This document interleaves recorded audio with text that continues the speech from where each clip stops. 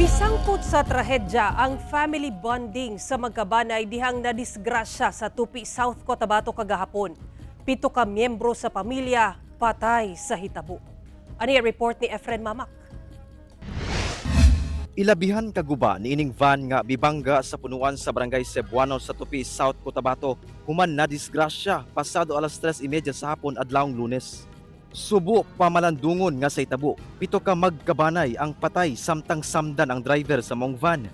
Sumala sa report sa Tupi Police Station, gikan pa nagbanding ang mga biktima sa usa ka tourist spot sa barangay 1 Loreto Tamayo sa Tupi ug pauli na unta diyang nawad-an matud pa og brake ang van sa padulhog nga bahin sa lugar kung asa nahitabo ang aksidente.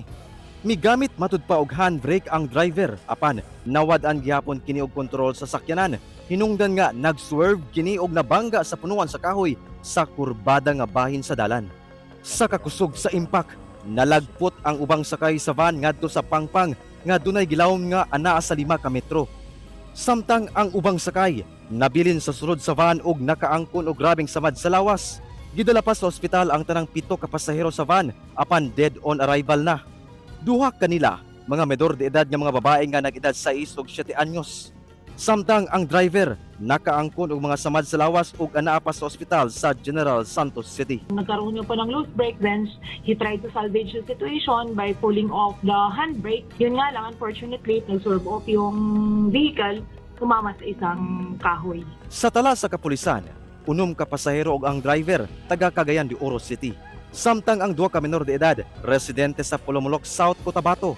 Posibleng mag-atubang og kasong reckless imprudence resulting in homicide ang driver nga ginasulayan pa og kuha og pahayag. Ginahulat na lang sa kapulisan ang paryente sa mga biktima kung kasuhan ba nila ang driver. Mahuhulog reckless imprudence resulting to multiple homicide. Pero kasi ang magko-complain naman nito is ang pamilya. So if ang pamilya magpupush ng kaso, again, nasa kanila na po yun. Ginaasikaso na sa ilang pamilya ang patayng lawas sa mga biktima nga anaa sa punerarya sa lungsod. Kauban si Gary Balantay ug Vong Vicencio, Efren Mamak, 1 Mindanao.